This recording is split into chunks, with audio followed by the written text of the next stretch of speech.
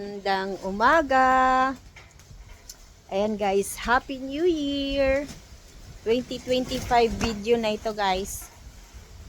Panibago. Tapos na tayo sa mga bakasyon-bakasyon. Ayan na guys. Ang DIY ang aking asawa. Ayan. Magsisemento siya.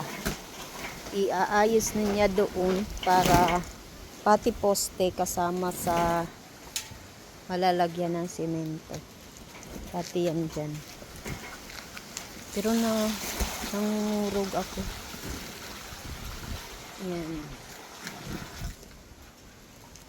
Dahil pag nabubungan na yan guys. Yan. Dyan. Ito yung mga pininturahan guys. Ano yan guys, pinapintura na lang ng asawa ko. Tapos ito, yan. Pag nabubungan din niya yan ng DIY, gagawa na, isasarado na namin ito dito para magkaroon kami ng malaking salas. Isasarado na dahil itong panahon dito ay sobrang hangin. Ngayon guys, naka-jacket pa din ako. At ngayon lang uminit.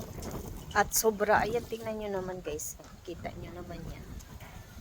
Yan na ng tubig ng asawa. So yan, bye! Mamaya na ulit. So yan na guys. Ingay, magpapakain kasi sa kanila. Kaya yan. Ayan. Ayan na guys. Dito na lang nagtuloy na kanya. Pinapantay pa niya. Ayan, hanggang dito yan. Tapos dito. Antay din doon.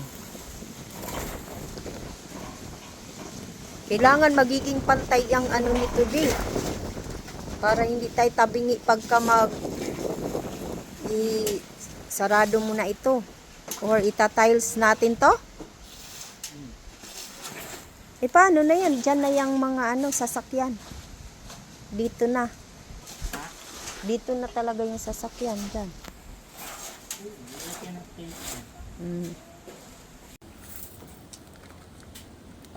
Tingnan nyo guys. Para kaming mga kawatan ng araw. Na tuwing araw, tatakbo. Kasi sa sobrang lamig guys. Diyos ko. Gusto mong yung mga lamig sa katawan matanggal. Kasi saglit lang araw tapos sobrang lamig. Talagang hahanapin mo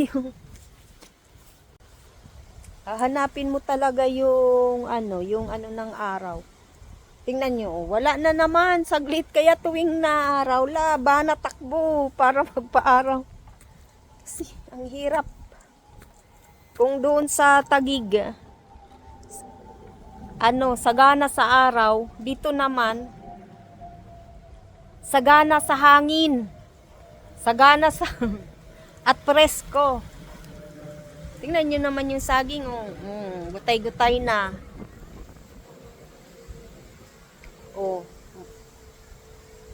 Yan, umaraw na. Umaraw na ulit. Yan. Kasi natatakpan kasi siya, guys. Grabing lamig talaga dito.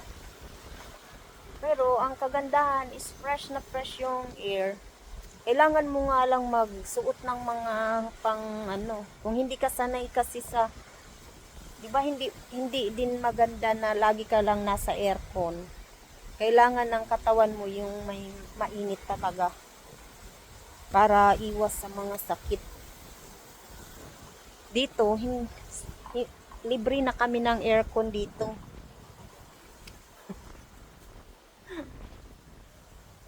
Ayan, umaraw na, sarap. Ang sarap-sarap. Kaya pala yan ang ng mga foreigner pala, yung pag tag-init, talagang sinasamantala nila. Naghuhubad as in. At nagsa-sunbathing talaga kasi parang talagang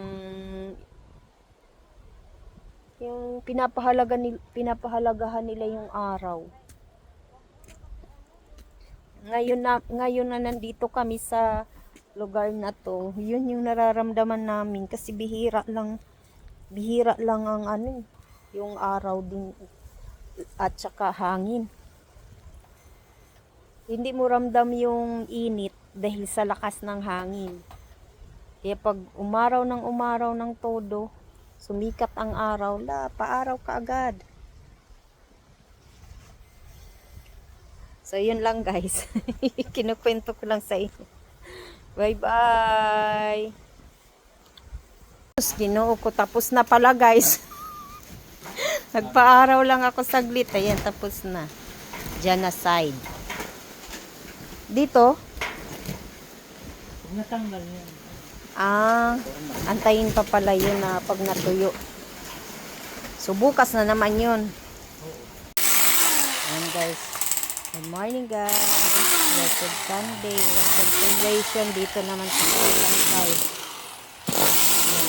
Kasi natanggal na yung ano. Tanggal na. So, dito naman. Yung jackhammer lang yung para mabili. Yung cute na jackhammer. So, ayan na, nilagyan na niya.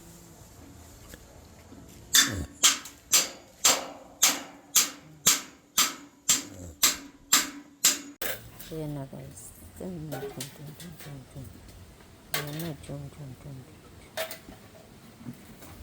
kuhanin ko muna yung hose, guys.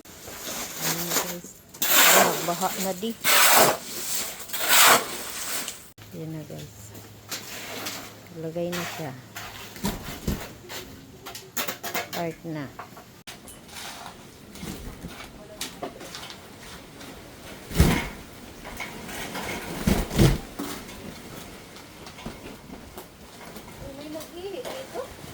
So, ayan na guys.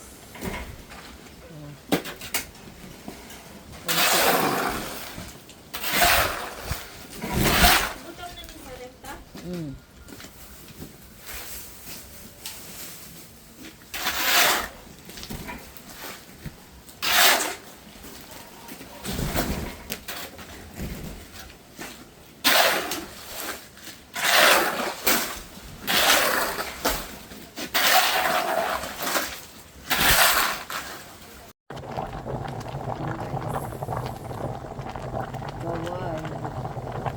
Gabi na masarap. Galing sa salmon.